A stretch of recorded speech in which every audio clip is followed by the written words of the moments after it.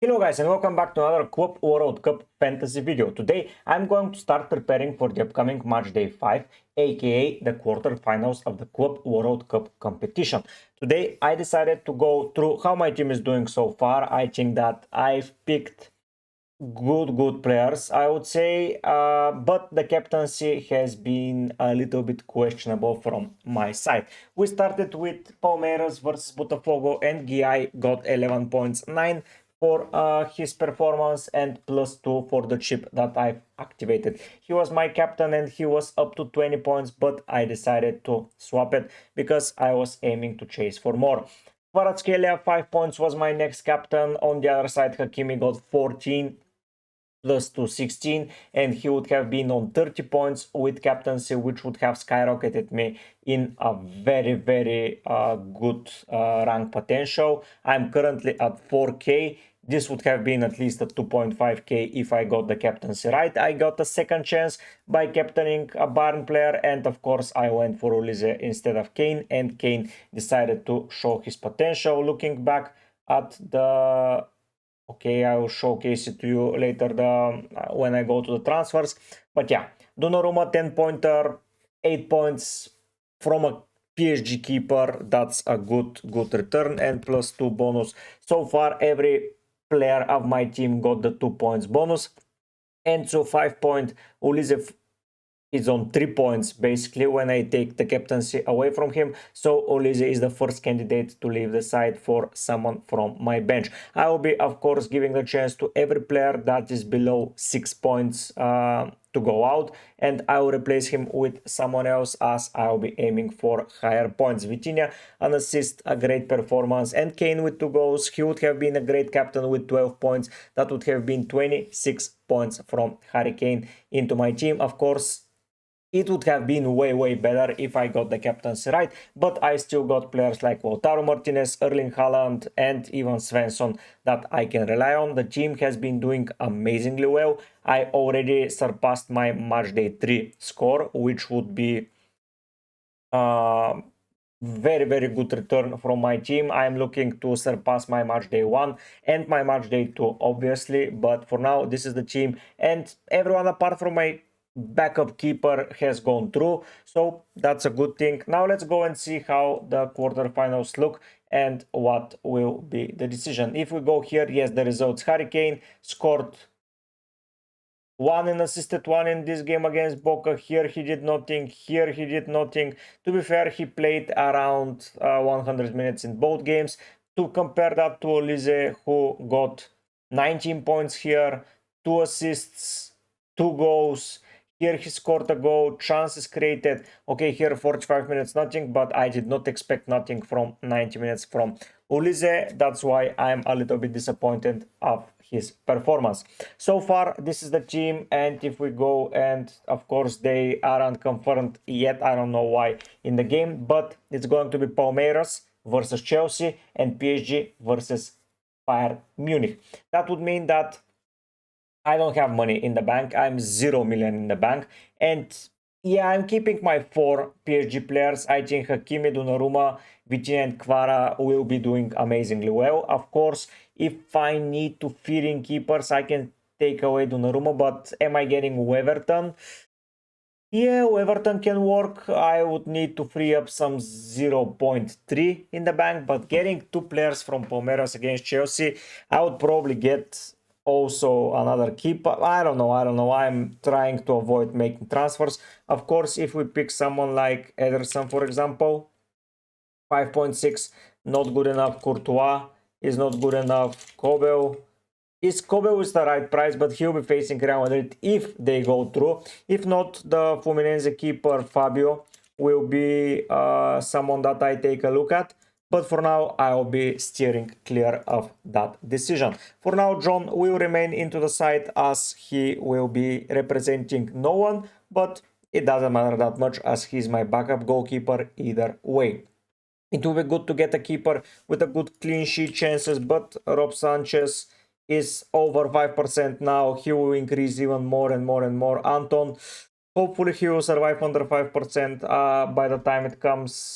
Mateus Nunes will survive. So yeah, I'm in a predicament at the moment. I don't know what to do at the exact moment with transfers. The team has already qualified with a lot of my players. Giai, Hakimi, Vitinha, Kvara, Olise, Enzo, Kane, and Donnarumma. I have 8 players already qualified. That's a lot of players that have gone through. So I can lay down a proper 11. Of course, we have 4 fixtures from which I own 6 players, so a lot of things can change.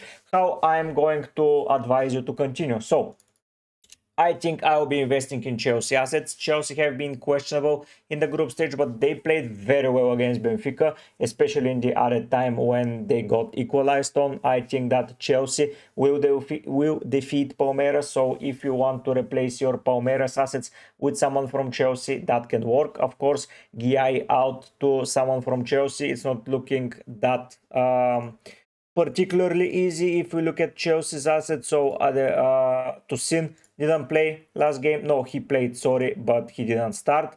Then we go down. Reece James, what an amazing performance. 5.8, it's expensive, but it's worth it. But Yashil is someone that I'm looking at. Is he going to be playing? I don't know, but for now I will be steering clear. I have to sell someone to afford all of those players. Probably Dumfries will have to go, but Dumfries against City, if they play, doesn't sound too bad, but still, player like Cucurella is 5.8, player like Reece James is 5.8. That would free me with 0.8 million in the bank. That would allow me to get someone like Weverton, but that would leave me with only one Inter Milan player. This is not the end of the world to say, but then I will have to get the City player switch. Probably someone from Svensson and Anton will go, probably Svensson, to free up some budget from someone like Fran Garcia, sorry. Yeah, Fran Garcia here. 4.9, I think I'll be in an okay position if I do that, because yeah, then I will have 5 transfers for the semifinals, and with 5 transfers, I have to sell either 2 Bayern or 4 PSG, which is not going to happen. I'm not selling 4 PSG, I will be selling maximum of 3. Then I'll have to sell 2,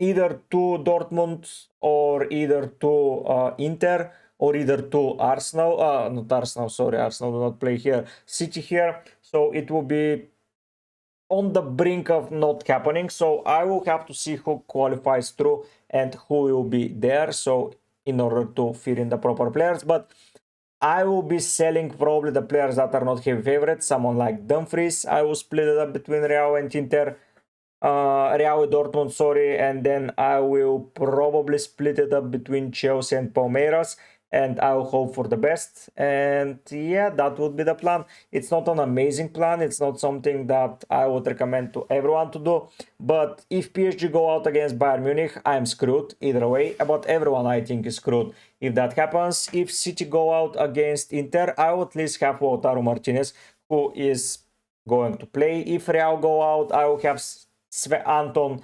If Chelsea go out, I will have Weverton and Giai. Hopefully Giai plays. Thankfully, I think that's the first game of the week, so we will know the lineup. So I think that's a great week to prepare. If you have any chips left, I will use the 12 man. Yes, the 12 man now. Or the max captaincy, whatever you have. If you have a wild card, I will keep it for the semifinals. Games like PSG versus Bayern, Borussia versus Real, City versus Inter can be unpredictable. Even Chelsea versus Palmeiras. And if your players go out, I will be replacing them with a wild card. So I would not care how the quarterfinals go through. If you have a wild card, save it for the semifinal. That's the best time to use it. You will get rid of half of your team and you will be done with it. If you're looking for someone that the qualification bonus chip, I will use it now again, as you have more and more chances for your players to progress. Right now I'm 4 out of 4. Basically 4 of the games I have already been part of, they succeeded. So yeah, if all the favorites go through, the team will look something like Fran Garcia. Here it will be probably Weverton. And here it will probably be, let's say, Reece James or Cucurella, it doesn't matter. So something like that will be my quarterfinals team. I have one free transfer left, but I have 1-1 in that fixture. I think that they are clear favorites, but still a lot of things can happen. I have 2-2 in Everton. Reece James, of course, I can avoid the 2 of 2 and I can sell, for example, Reece James for someone like 2-2 in that game. So I keep Svensson here. I add Frank Garcia and I add Courtois, and I have this possibility. Is that amazing? I don't know. Do I prefer Chelsea assets than facing City compared to Real or Dortmund assets facing PSG? Probably yes, but still I can afford that, which is good. It's not the end of the world. So it's either going to be 2 Chelsea / Palmeiras players or 2 Real / Dortmund players. I'm leaning more towards bringing 2 Chelsea / Palmeiras players because I will know who starts. I think that's the first game of the quarterfinals, so we'll know the lineups. But for now, I think we're in an okay position. I don't know if that's an amazing position, but it's an okay position. Defenders from Real Madrid is like shooting yourself in the leg. But the other option is to sell Olise, but I don't want to sell Olise. I don't want to sell anyone from my midfield as it stands. I don't want to sell Lautaro, as even if they face City, I think they can do good. Probably the way that I will do it is I'm going to sell some Dortmund, Inter and Everton defender, and I will adjust the defense. Of course, I can stack it up on more players, but I want to have a clear 50-50 in most of the fixtures. Of course, I will be having none of the players. No, I will have from every team players. Only non-50-50 will be, of course, the PSG Bayern game and the City Inter game, where I will have one more player from City, but I think they are the favorites there. If that doesn't go their way, of course, I can easily take back the players that I've sold. Let's see first the fixtures. It will take a lot, but if you're not having a wild card, I would strongly advise, please do split as much as possible with your current situation so you are prepared for the semifinals. And even if you don't use all of your transfers and having 14-13 players playing, at least you have a starting 11. If you stack it up on 3 teams, let's say, and one of them go out, you will be in a position where you have to take maybe a hit, which is not the end of the world if you take a hit, if you ask me, but still I would try not to do it. Of course, you can swap Svensson to Garcia and improve John to Everton, and you have a playing keeper, you have one more defender from Real Madrid and a split. But yeah, just split the team as much as possible, and you have a better understanding of the semifinals as soon as quarterfinals pass by.